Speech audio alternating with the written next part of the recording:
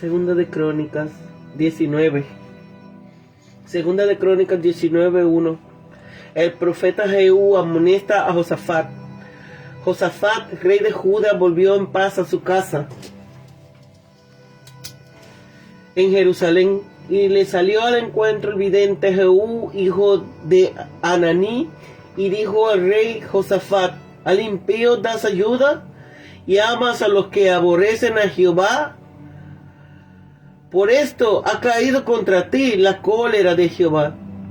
Pero se han hallado en ti buenas cosas, por cuanto has quitado de la tierra las imágenes de cera, y has dispuesto tu corazón para buscar a Dios. Habitó pues Josafat en Jerusalén, pero daba vuelta y salía al pueblo, desde Berseba hasta el monte de Efraín, y los conducía a Jehová, el Dios de sus padres, y puso jueces en todas las ciudades fortificadas de Judá, por todos los lugares, y dijo a los jueces: mirad lo que hacéis, porque no juzgáis en lugar de hombre, sino en lugar de Jehová, el cual está con vosotros cuando juzgáis. Sea pues con vosotros el temor de Jehová. Mirad lo que hacéis, porque con Jehová, pues nuestro Dios, no hay injusticia, ni excepción de personas, ni admisión de cohecho. Pues también Josafat en Jerusalén a algunos de los levitas y sacerdotes y de los padres de familia de Israel para la administración de la justicia de Jehová, y volvieron a Jerusalén, y les mandó diciendo: procederéis asimismo con temor de Jehová y con verdad y con corazón íntegro en cualquier pleito que venga a vosotros de vuestros hermanos que habitan en ciudades, ya sean causa de sangre o cuestiones de ley y preceptos, estatutos y decretos. Habéis de instruirlos a fin de que no pequéis más contra Jehová, para que no venga ira sobre vosotros y sobre vuestros hermanos, obrando asimismo. No os haréis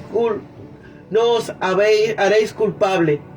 Y he aquí el sacerdote Amarías era el que os presida en todo asunto de Jehová, y Zebadías presida, hijo de Ismael, príncipe de la casa de Judas, en todos los negocios del rey. También los levitas estarán a vuestra disposición como escribas. Esforzaos pues para hacerlo, y Jehová estará con el bueno. Ananías, que había sido arrojado por Asa a la cárcel en lugar de Jehová, no por orden y voluntad de los hombres, sino por el nombre y según la voluntad del Señor. El juicio es cosa de Dios. Por eso, el temor del Señor debía impedir que los jueces cometieran una injusticia. Una advertencia que consulta en Deuteronomio 16. Justicia de Jehová. Alegato de la corona, llamado aquí justicia de Jehová, porque la ley de Dios era la ley del reino. Todos los criminales eran acusados de haber quebrantado dicha ley y ofendido así la paz, el dominio, la dignidad de Dios. Causas comunes entre los ciudadanos, llamados aquí disputas o litigios, causas de sangre o cuestiones de la ley y preceptos. Con referencia a Deuteronomio 17, presida la instauración de un tribunal fue formalmente una institución nueva, pero en cuanto a la situación solo se trató de un cumplimiento o una organización firme de un tribunal mayor instituido por Moisés, cuyo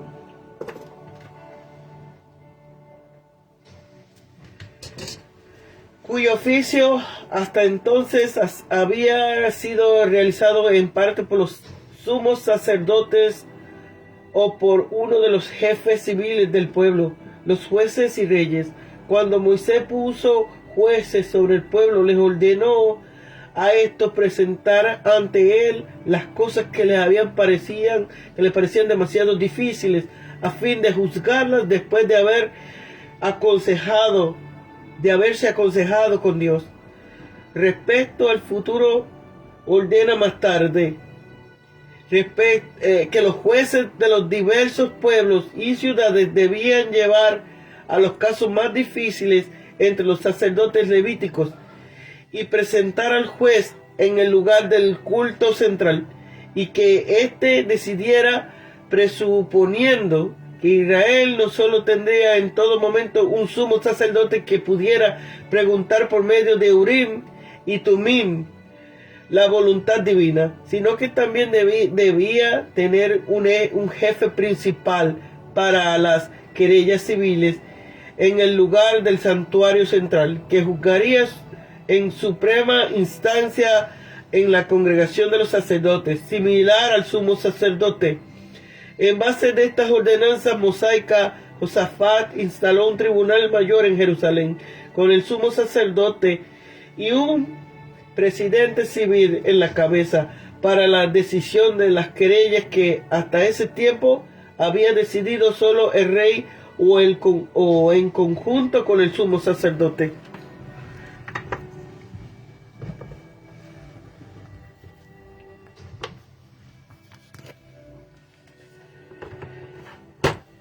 Más detalles sobre el reinado de Josafat. Su regreso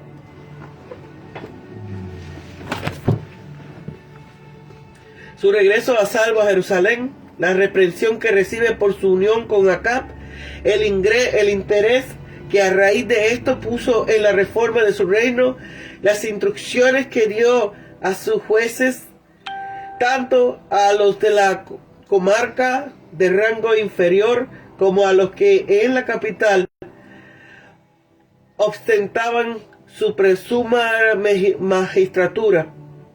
El favor que mostró Dios a Josafat en traerlo a salvo de la peligrosa expedición con Acab, que estuvo a punto de costarle la vida. Volvió en paz a su casa. Siempre que volvemos en paz a casa deberíamos reconocer agradecidos la providencia de Dios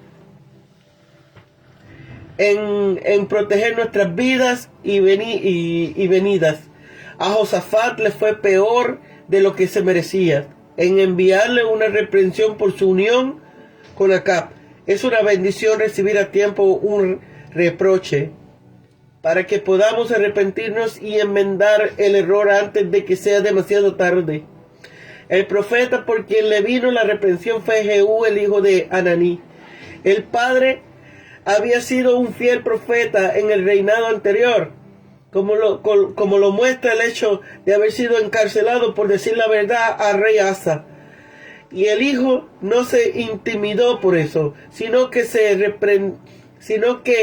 reprendió a otro rey y le dijo claramente que lo había hecho muy mal al unirse a Acab. ¿Amas a los que aborrecen a Jehová? Por esto ha caído contra ti la cólera de Jehová. Josafat se arrepintió y cesó la ira de Dios contra él. Es de notar que Jehú menciona justamente las cosas buenas de Josafat, como debemos hacer siempre que nos vemos obligados a reprender a alguien. Josafat recibió bien la reprensión, al contrario de su padre. Vivió en Jerusalén, cumplió con su deber y visitó a su pueblo como para espiar la mala visita que había hecho Acab, y los conducían a Jehová, el Dios de sus padres. Es decir, hacía todo lo que estaba en su mano para que se convirtieran a Dios, pues su reciente amistad con la idólatra familia de Acab hubo de tener malas influencias en su propio reino. Muchos se atrevían a volverse a los ídolos al ver a su rey reformador tan íntimamente vinculado a la idolatría. Por eso se sentían ahora doblemente obligados a hacer todo lo posible para obtener de ellos que se volviesen a Jehová, el Dios de su padre. Después de hacer todo lo posible para reconducir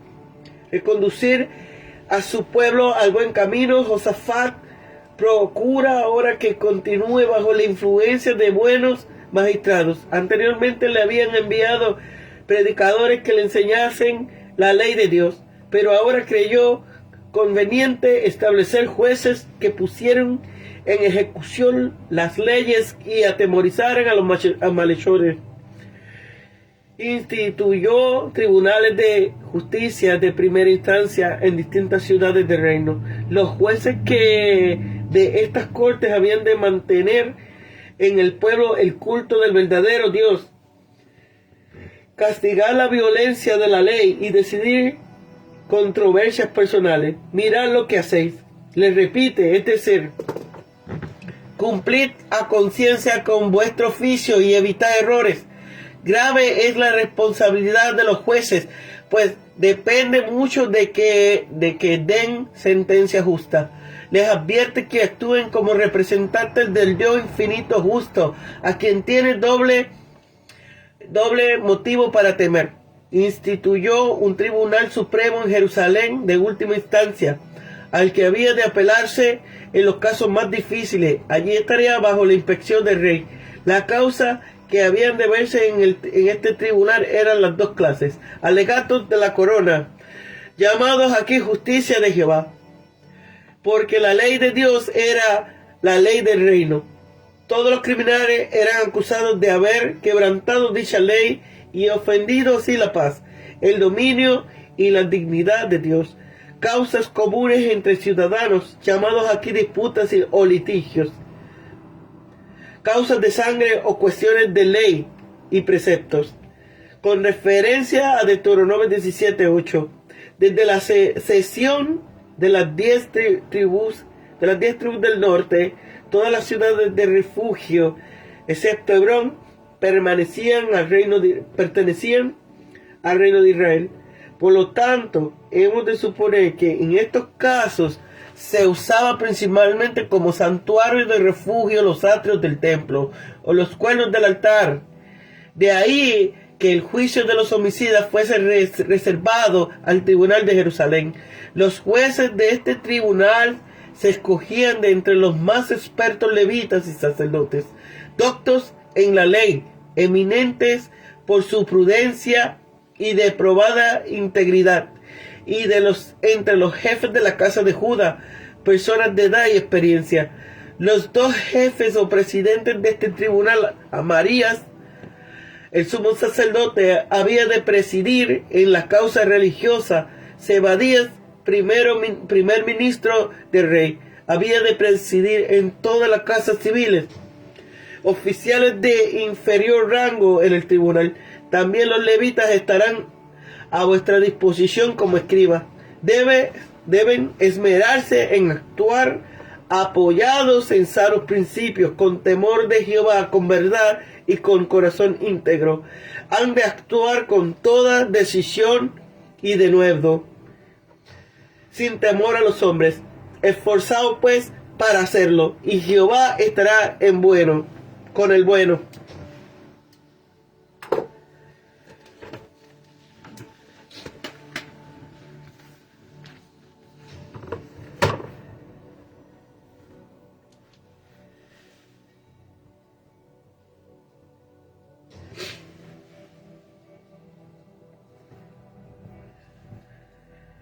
Cuando el vidente Jehú, hijo de Ananías, que también era profeta, reprendió a Josafat su reinado por su alianza con Acab, él respondió con arrepentimiento. Su relación con la idolatría, Acab constituyó muy mal ejemplo para sus súbditos, por lo que el rey fue por todo su reino para conducir al pueblo de Jehová.